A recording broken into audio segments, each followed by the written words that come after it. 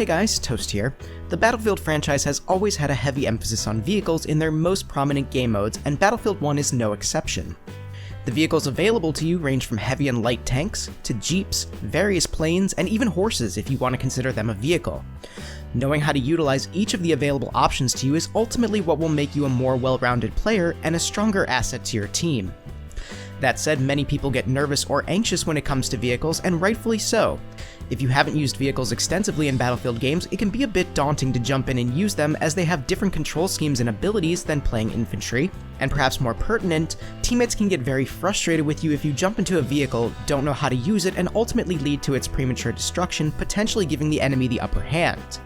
This guide is aimed at those players who want to start using heavy tanks in Battlefield 1 but may be hesitant to do so. Let's begin with what exactly the heavy tank is.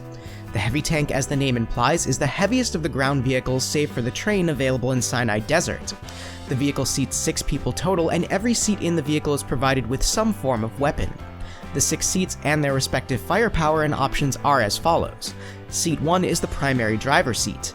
This seat not only controls the vehicle itself, but also has access to the high explosive cannon for taking out enemy armor, a high-powered anti-infantry cannon for taking out relatively close-range enemy infantry, a smokescreen as a means of cover and escape, as well as the ability to repair the tank from the inside. Seat 2 is the rear gunner. This seat has a direct view behind the vehicle and is equipped with a heavy machine gun. Seat 3 is the front left gunner. This seat has a view to the left of the vehicle and is equipped with a heavy machine gun. Seat 4 is the front right gunner. This seat has a view to the right of the vehicle and is also equipped with a heavy machine gun. Seat 5 is the back left gunner. This seat has a view to the left of the vehicle and is also equipped with a heavy machine gun. And finally, Seat 6 is the back right gunner. This seat has a view to the right of the vehicle and is also equipped with a heavy machine gun. From a responsibility standpoint, the player occupying Seat 1 bears the brunt of the responsibility when it comes to the upkeep of the vehicle, as they make the decision as to where to bring the vehicle, when to repair it, and they're the only seat capable of using the anti-armor weaponry. A few things to bear in mind when taking control of this vehicle. First off, the vehicle, while very well armored, is quite slow and has a fairly wide turn radius. This makes it quite difficult to maneuver through tight spaces. The vehicle can take a lot of damage, but eventually the enemy team will be able to take it down.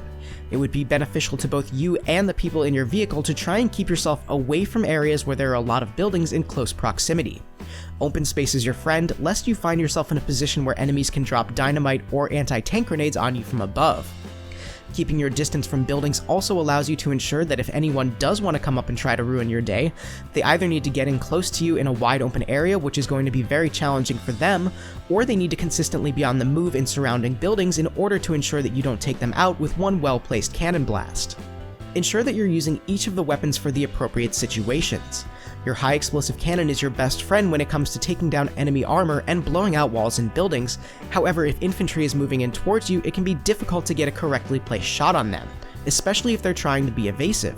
Your anti-infantry cannon, however, is going to be the perfect option to take out a pesky assault trying to close the gap. However, when it comes to taking down vehicles, it's next to useless. If you find yourself in a position where you're taking a lot of damage, don't be afraid to back off and take some time to repair. Just because the enemy is taking a flag and may capture it if you don't stay, doesn't mean you should put a valuable piece of armor at risk.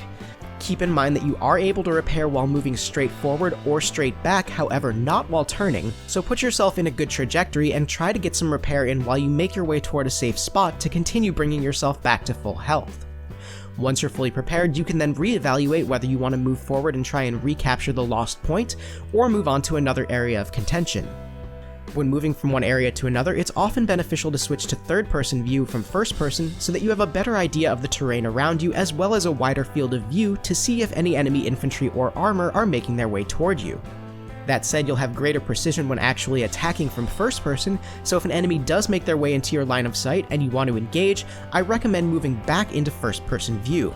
Switching viewpoints is something that can really give you the leg up in many situations, but that many players don't always consider.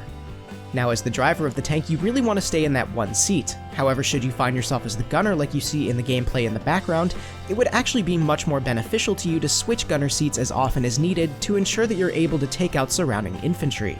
Battlefield 1 makes it easy to switch seats, and this is why I mentioned where each of the seats face toward earlier. While it's certainly nice to have an ally filling every seat in the tank, the vehicle can be equally useful with only 2 to 3 people in it.